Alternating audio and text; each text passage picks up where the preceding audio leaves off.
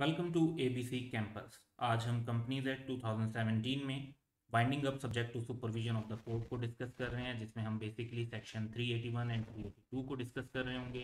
तो पहले हम डिस्कस करेंगे winding up subject to supervision of the court का मतलब क्या है और ये किस सिचुएशन में क्रिएट होती है और इसमें क्या क्या डिफरेंस होता है।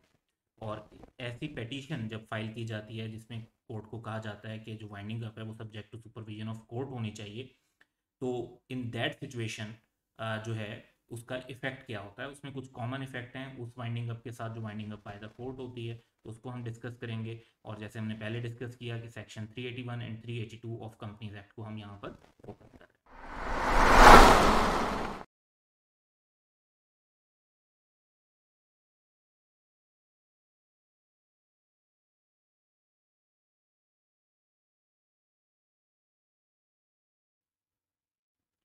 तो सबसे पहले तो हम बात करेंगे कि जब एक कंपनी वॉलंटरी वाइंडिंग अप की तरफ जाती है, तो वॉलंटरी बाइंडिंग अप की रेजोल्यूशन पास हो गई, जो कि हमने डिस्कस किया था कि वो ऑर्डनरी भी हो सकती है कुछ सिचुएशन में, ज़्यादातर जो सिचुएशन है वो उसमें स्पेशल रेजोल्यूशन होती है।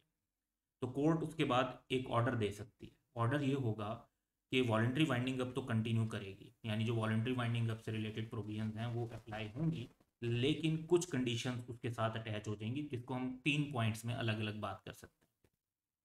एक तो ये कि उसमें जो सुपरविजन है वो कोर्ट की होगी। सुपरविजन ऑफ द कोर्ट का मतलब ये है कि एक होती है binding up by the court, उसमें तो हर चीज़ कोर्ट से पूछ कर कोर्ट के तरीक़ेकार के मुताबिक, उनके रूल्स प्रोसीजर्स के मुताबिक होती है, लिक्विडेटर के पॉइंट एवरीथिंग।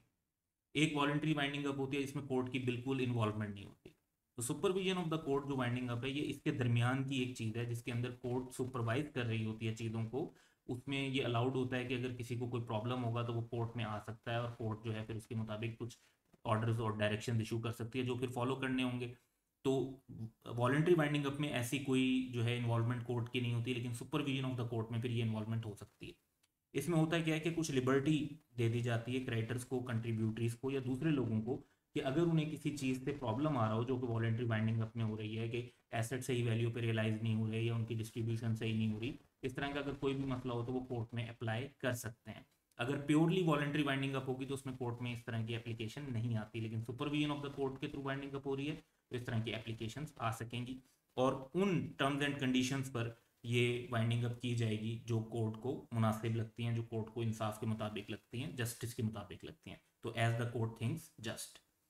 अब ये जो ऑर्डर है, एक वॉलंटरी वाइंडिंग अप चल रही थी एक कंपनी की, लेकिन फिर ऑर्डर दे दिया कि जी वॉलंटरी वाइंडिंग अप तो कंटिन्यू होगी लेकिन subject to supervision of the court होगी। ये ऑर्डर कोर्ट कब दे सकती है? एक तो court it can do it on its own motion, कि कोर्ट खुद समझती है कि एक बड़ी कंपनी ऐसी लिस्टेड कंपनी थी या एक ऐसी कंपनी थी जो पब्लिक इंटरेस्ट कंपनी थी, उसकी डिसोल्यूशन वॉलंटरी हो रही है और कोर्ट को ये लगता है कि इसके अंदर इश्यूज राइज होते हैं, पब्लिक इंटरेस्ट इन्वॉल्व है, तो court on its own motion जो है उसके अंदर ये ऑर्डर इशू कर सकती है कि subject to supervision of court होगा। और दूसरा ये है कि on the application of any person entitled to apply to the court for winding up a company. तो हमने पढ़ा था कि जी जो लोग winding up by the court के लिए अप्लाई कर सकते हैं उसमें कंपनी इटसेल्फ भी शामिल है। अब वो तो ऑब्वियसली यहाँ पर नहीं जा रहे कोर्ट के थ्रू, क्योंकि वॉलंटरी वाइंडिंग अप हो रही है, लेकिन क्रेडिटर्स भी जा सकते हैं कोर्ट की तरफ, कंट्रीब्यूटरीज भी जा सकते हैं, रजिस्ट्रार, एससीसीपी या ऑथराइज पर्सन भी जा सकते हैं।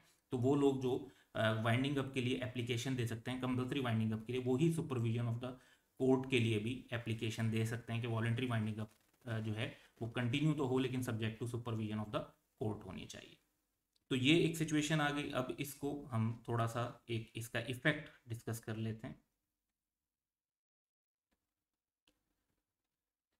तो जब एक पेटिशन फाइल होती है कि वॉलंटरी बाइंडिंग अप कंटिन्यू तो हो लेकिन subject to supervision of the court,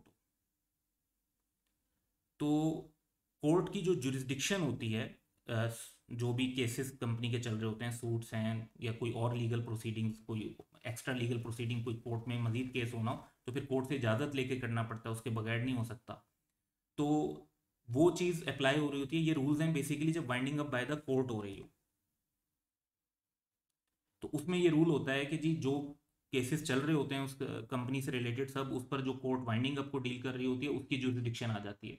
कोई मजीद केस अगर कंपनी पर करना हो तो उसके लिए भी इजाज़त कोर्ट से लेनी पड़ती है जो वाइंडिंग अप को डील कर रही होती है। तो जब एक पिटीशन एक्सेप्ट हो जाएगी कि कोर्ट की वाइंडिंग कंपनी की winding up subject to supervision of court होनी है, तो उसमें भी सेम रूल अप्लाई हो जाएंगे जो winding up by the court में अप्लाई होते हैं। और वो रूल्स वंस अगेन क्या है कि जो केसेस चल रहे होते हैं, ये आगे जाकर एक हमारे सेक्शन में कवर हो जाएगा कि जो भी केसेस चल रहे होते हैं उसके जुरिस्डिक्शन उस कोर्ट की आ जाती है जो वाइंडिंग अप को डील कर रही है। और मजीद अगर कोई लीगल प्रोसीडिंग आपने कंपनी के अगेंस्ट करनी हो तो उसके लिए भी कोर्ट से पहले इजाज़त लेनी पड़ती है।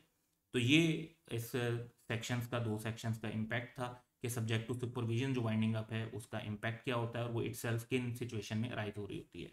That's all for today. Have a good day.